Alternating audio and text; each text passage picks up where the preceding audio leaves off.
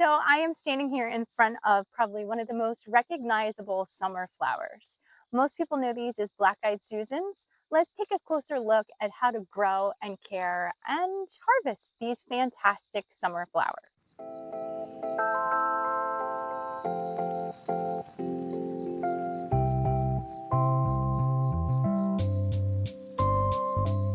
So hi, I'm Liza and I'm here today from Wildly Native Flower Farm where we help you indulge in nature to talk a little bit more about the black-eyed Susan. The black-eyed Susan is also known as Rudbeckia, and most people love it because it comes back as a perennial year after year. But there's also lots of different varieties of Rudbeckia. So when you're buying that seed packet and you see black-eyed Susan, make sure you know what variety you have, because there's an annual variety, a biennial variety, and there's lots of perennial varieties. So know what you have before you make decisions about where you're going to plant it and what you're going to do with it. So there's a lot of reasons why this flower definitely earns its place in the garden. It blooms later in the summer and has fantastic color when other things are really starting to decline. They love full sun. That doesn't mean that they don't need care when they're first getting established, but once they are established, they can tolerate some really harsh conditions. One of the other things that this flower, perennial, annual, however you choose to grow it, has that is one of its best bonuses is that it is great for pollinators and it is excellent for birds. So the seed heads form really great seeds for birds throughout the season. When it comes to designing with them, they are a fantastic pop of color that you can either dress up and make it bright and colorful, or you can dress it down and have it be super warm because you have those dark centers. So while one flower may not look like a super big impact, you put a bunch of them together in a landscape or in an arrangement, you're going to have a really big impact. So we love to design with them. Let's take a look at how to actually come through and harvest these. So lots of different varieties here, but when I'm making a selection as to what I'm going to cut, I'm going to look at the plant overall. Some people ask if you should deadhead, and if you see a spent bloom, like this guy here, this one has been chewed, we've got some holes, I'm going to go ahead and deadhead that. Before you go and make any cut, you want a fresh bucket of water and you want clean snips to make sure that you're not passing any disease throughout your field. So let's take a look. I'm looking here. This has a real nice long stem. I'm going to reach down into the plant. I'm going to make a snip and I'm going to pull this guy out. I'm going to take off all of my greens. Taking off the greens absolutely helps extend your vase life. And black-eyed Susan actually don't play nice with other flowers sometimes. So you want to put these in a bucket all by themselves. They tend to be one of the dirty flowers. They're one of the dirty flowers that you have to be careful with, that you absolutely want to constantly be changing your water. There are some flowers that just emit a little bit of extra, and that would be the black-eyed Susan. The other thing you want to keep in mind when you're harvesting is if you have sensitive skin on this part of your arm, these guys are a little fuzzy and they can make you a little itchy. So when you're harvesting a long section, you may want to consider wearing something that protects your arms. Let's go look at a couple other varieties. This variety is probably one of my favorites. I don't know, I feel like I say that all the time. This is my favorite. I love them all. I don't know how you pick just one, but this guy is absolutely ready to go. So I'm going to reach down inside the plant, make a clean snip, pull those leaves off. Let's take a look at the next variety here. If I'm looking at this patch here, we have a couple different varieties. You can see some of these were really beaten up by the rain that we've had. This guy, for example, he's not going to come back. I'm going to go ahead and deadhead that out. This one, and this one, They're all so pretty. This one is probably, if you look at the center here, you can see how everything is completely open. This is closer to being finished. I would not harvest this looking at this.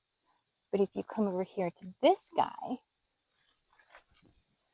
I would harvest this one way down deep in the plant. Give it a good snip.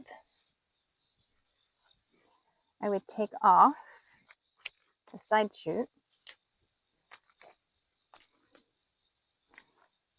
And I would harvest this one.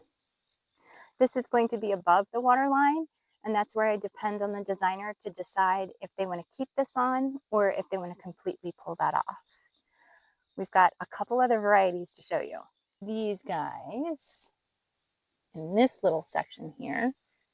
This one would come down, give this guy a snip. That's a 2-for-1. Look at all of the petals on there. And again, I'm going to go ahead, pull all the greens off. Now, you can see this one doesn't have as much of a stem length, but the plant itself doesn't grow quite as long. So know your varieties and know your use. Look at this patch. This one obviously has been beaten up, but this one has not. So I'm going to snip this one. And I didn't snip that one quite as long as the others because I know I'm going to use that towards the front of the design. And then let's go over and look at a different type of more perennial black-eyed Susan. So I am standing in front of probably one of my favorite spots, but I think I said that over there. So maybe this is my more favorite spot of Rudbeckia. This is the triloba variety. It is so floriferous. It just keeps flowering. So when somebody asks me, should I deadhead? Know what variety you're talking about. Should I cut them all back? Know what variety you're talking about. Because if you're the type of gardener who likes things nice and neat and everything in its space, this variety probably isn't for you. This is going to drop a ton of seed. And actually, if you don't harvest everything, they all will drop a lot of seed. But if you're looking to naturalize, or if you're looking to have a perennial garden, or if you're looking to establish a meadow that you just want to naturalize, this is a fantastic variety. These guys, in order to cut them, I'm going to really be looking for stems that have the majority of them blooming. And I can cut these super deep. And sometimes you pop off the side shoots when you're pulling it out.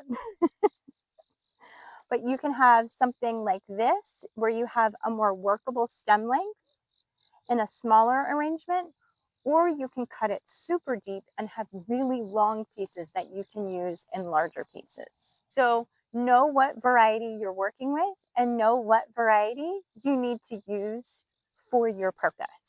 Let's take a quick look at a garden bed where we have some truly perennial black-eyed Susans. So when I'm going to make a cut out of a variety of flower like this, where there's a lot of side shoots, it can be a little tricky. So either cut super deep, and you want to shake it a little bit as you're pulling it out. So those side shoots, you can see everybody wants to kind of hold hands and stay together. Now I have nice long side shoots on this, and this piece I'll be able to break down into multiple pieces for a vase arrangement. If I was cutting further in and I was cutting a smaller section like this guy here, that's really, you can see it's stuck on a lot. So I'm going to try to shake it a little bit so I can keep all of my side shoots intact. I only broke one head, but now I still have usable stems that are not broken or beaten up. Knowing the correct time to make a cut is really important for extending vase life. So these guys are in the prime of their cutting. These are great for bundles. These are great for shop arrangements. These are great for just about any flower use that you're going to have. I'm standing in a garden bed here, and what started with one single gallon perennial, this is a true perennial Rudbeckia or black-eyed Susan. This is not the variety that we use for cutting. We like the other varieties that were shown in this video previously, but I wanted to show them actually used in a landscape setting. You can see the hostas are fried this time of year. The hostas probably also aren't planted in the right place, but that's a whole different conversation with my mom that I'm not gonna have.